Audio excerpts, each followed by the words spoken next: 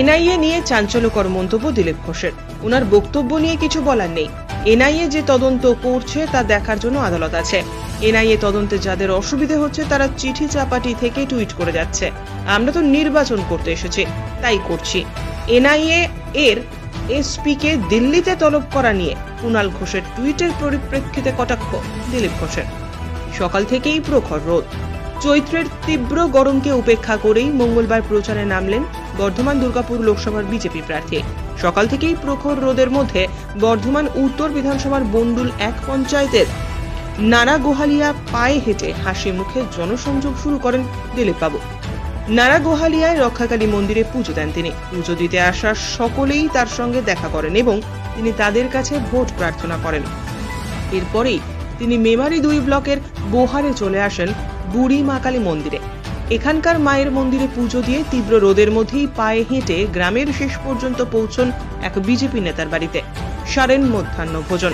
এদিন দিলীপ ঘোষের সঙ্গে প্রচারে ছিলেন বিজেপির জেলা সভাপতি অভিজিৎ ঝা সহ জেলা নেতৃত্ব। এনআইএ গেছে, সব ঠান্ডা হয়ে যাবে। এখন এসি পড়েছে, সব পোকা মাকড় ইঁদুর সাপ বের হচ্ছে। এবার সব ঠান্ডা হবে। পশ্চিমবঙ্গকে দুর্নীতিমুক্ত ও দুষ্কৃতিমুক্ত করবেই কেন্দ্রীয় সরকার।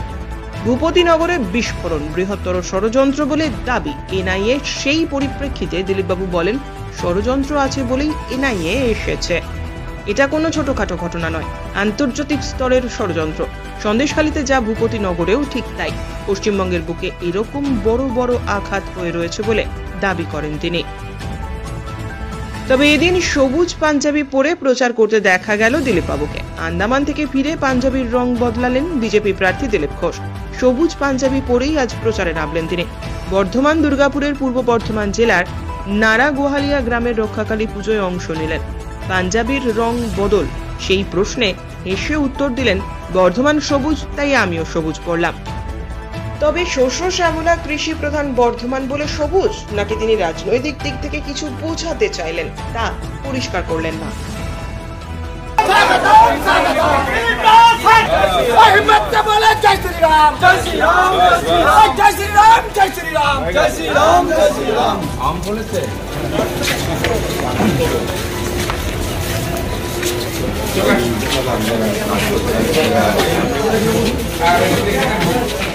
একজন আহত হয়েছে, 3 জনকে পুলিশ আটক করেছে, কি বলবেন?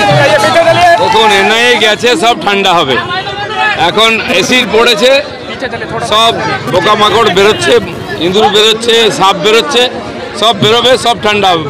পশ্চিমবঙ্গকে দুর্নীতিমুক্ত আর দুষ্কৃতিমুক্ত করবে কেন্দ্র সরকার।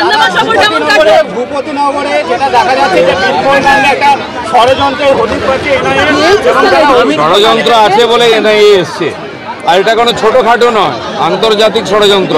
সন্দেশখালীতেও তাই, ভূপতিনগরে তাই, এরকম জায়গায় জায়গায় পশ্চিমবাংলায় ধা হয়ে গেছে, সেগুলো রিপেয়ারিং চলছে।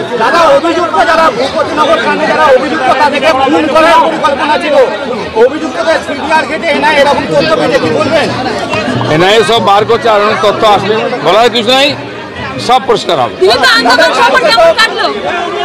খুব ভালো হয়েছে, 10টা গ্রামে মিটিং করেছে একদিনে, খুব ভালো।